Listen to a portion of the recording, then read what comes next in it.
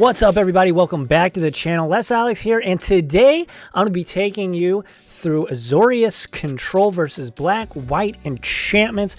I'm going to be watching the replay on Moto and just kind of talking through it. That way we skip a lot of the tanking and the decision making. I'll explain any plays that are kind of tough or any decision points that I make, but I hope you guys enjoy it. If you do, make sure to smash the like button and subscribe for more content like that. Also, check me out on Twitter and Twitch at Les Alex. All right, let's get into this one. All right, before we get into this video, I did want to show you the deck list. This is not my list. This is a preliminary list that I grabbed off of MTGO and off of the internet. Check it out. 2 portable holes main, 2 portable holes side. This is a little bit of a divergence from what we've been seeing. Honestly, though, since I've been playing with this card, I've liked it a lot. There are a lot of juicy targets that are mana value 2 or less, and I've really liked it. In terms of like spicy lands, we got 2 Ardent Veils, 2 Vantress, 1 Iganjo, 1 Otawaro, 1 Hall of Storm Giants. So, you know, those obviously are some utility lands. 3 Azorius Charms, 3 Dovin's Veto, 3 Narsets, 3 Absorbs, 4 Wandering Emperors. I've really liked Wandering Emperor. Let me know what you guys think down below. If you guys enjoy Wandering Emperor, or if you guys have been enjoying or think Azorius Control is good in Pioneer right now. We got 2 Memory of Deluge, 4 Supreme Verdicts, of course, 3 Teferi, Hero of Dominarias, 1 Stark, 1 Dream Trawler, and 4 Otherworldly Lights. I've been really impressed with this card. I would probably play 4 in my own list, and I'm really happy that this list is playing it as well. Moving on over to the sideboard, like I said, we got 2 portable holes, 1 Deafening Silence, obviously excellent against the Lotus deck. Rest in Peace, Narset's Reversal ×2, Dovin's Veto, Mystical Disputes as a 3 of, Narset, Shark Typhoon, Dream Trawler, and then 2 Hullbreaker Horrors. I'm really excited. This deck is pretty good. I don't know how great it is, though, in the meta, but you know me, I'm always going to rock with the blue-white control if it's any amount of playable. But if you guys do enjoy this video, make sure to, like I said, like it, subscribe. Let's get into these matches. But like I said, if you guys enjoy the video, make sure to like it. Let's get into this match. I hope you guys enjoy these like little short, bite-sized, condensed videos. Let's get into it. All right, so we won the die roll. Our opening hand is Wandering Emperor, Narset lands. Not the best start, but I decided to keep. They play Plains, I play Hall, pass turn. They play Light Paws, Emperor. I draw Absorb and play Narset on their turn. They cast a whole gang of enchantments rather. They cast all that glitters and went and got Kaya's Ghost Form, and then they cast Angelic Gift and got Cartouche of Solidarity, which got them a warrior token. They bashed for 7 at Narset. All right, next up, we play Castle and pass. They play all that glitters, attack us down to 10. We made a token. Unfortunately, it blocked the Light Paws, and we still took 7. So then next up, we Wrath the board. Light Paws, of course, comes back. We made a dude after the fact. They Griff Spoon, get Ethereal Armor, Sentinels, and look at that. It's already back. And flying. We can't stop that. We die. All right, let's see if game number 2 goes any better. Obviously, we are on the play. We obviously have to mulligan this. So down to 6 we go. Put back the second Teferi. Play Glacial Fortress tapped. Thoughtseize. Yikes, that's pretty terrible for us. Untap. Play Vantress and pass back. They Thoughtseize us a second time. Tag our Memory Deluge. They play Alisade of Life's Bounty. We play Field of Ruin. They attack for 1. Sure, we go to 19. Then they play Saram. Very good for them. We hit their Concealed Courtyard. And then we draw a Verdict. So we're going to go ahead and cast Verdict. A nice little 2-for-1 for us. And pass back. They then bring Luris to their hand and play Caves of Koilos. Then we get to cast Teferi, Hero of Dominaria, uptick, and we actually forgot to untap. I accidentally F6 through that, so that is my fault, but definitely not great. They play Lurrus and then play Aliced from the graveyard. We uptick, draw Deserted Beach, play Castle Ardenvale. Nothing to untap here. Now I could have, let's pause right here. I could have tapped and made a dude and had Veto at the ready as well. Maybe that was better. Probably would have been better, actually. They play Saram, though, on their turn. And then all that glitters on Saram. They get to draw a card. We veto there. They Cartouche Solidarity. Sure. On Lurrus. Making a token. They bash for 5. What happened here was the Lurrus attacked Teferi and Aliced attacked us. Now on our turn, we are going to make a dude this time. And then we're going to untap. That way we have either March or Veto at the ready. They play all that glitters. I believe I veto here. And then we can still even March all that glitters on a Saram. Or, I'm sorry, all that glitters on the Warrior token. And then all that glitters on the Saram. They attack with everybody. We get to block the big boy Saram and then Otherworldly March on the token. And then it is our turn.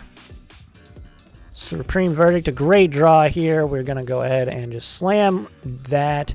Unfortunately, they do have Karametra's Blessing. And for those that don't know, it's basically a heroic intervention. One of their dudes gets indestructible. That's basically what you need to know. The rest is flavor text at this point. So they do save their Lurrus. Pretty darn good. Obviously, that's something that you got to look out for these little low-to-the-ground Auras decks. Play Sentinel's Eye, draw a card. Sentinel's Eye goes on Lurrus. Then Light Pause. Now they're going to start getting all these triggers from Saram and Light Pause. Light Pause gets way out of control really fast. We're only at 13, so I was pretty anxious here. We did have Otawara to bounce the Lurrus back to hand, so we did get to save our Teferi. We draw Absorb. So then we downtick on Teferi. They Orzhov Charm it back to their hand, so they get obviously Light Pause and all enchantments back into their hand. We make a dude with Ardenvale and pass back. Light Pause returns to the battlefield. Ethereal Armor onto Saram. They got 2 triggers there. And Kaya's Ghost Form goes on Light Pause. That is the card they chose from their deck. Opponent trying to figure out how they want to tap. Ethereal Armor goes on Saram. Triggers all around. And I'm thinking to myself here, how in the heck am I going to win? I knew the best chance I had here was A, to not let Lurrus resolve, but also to keep Teferi alive. I had to keep Teferi alive, so we're obviously blocking here. So just chumping at the moment. We draw Azorius Charm and Wandering Emperor, 2 excellent draws.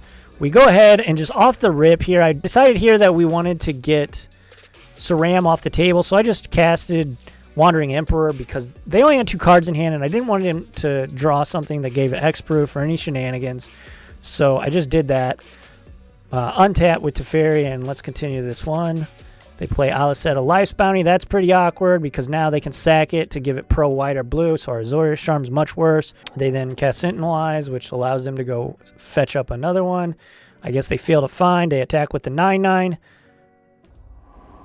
And that does take down Teferi, unfortunately. We activate Castle Vantress at instep. And now let me pause here because maybe what I could have done is I could have Azorius Charm, but I wanted to have the draw or the scry power on my turn with Castle Vantress. So I wanted to do that. We make a token here, and then luckily we did draw March of Otherworldly Light. That was a pretty good draw. We target the Emperor. They obviously sacrifice, and it has pro white. Another Saram hitting the table. Sentinel Eyes triggers the Emperor. Light Pause. And they just going nutty right here. But luckily they can't give their dude pro white again. So Sentinel Eyes triggering both Light Pause and Saram. 2 cards in hand, though. That's very important. So we're finally stemming the bleeding here, at least in my mind. I scry with Vantress, keeping Wandering Emperor on top. Both of these have Vigilance, though, so we're going to have to figure some things out here. They attack.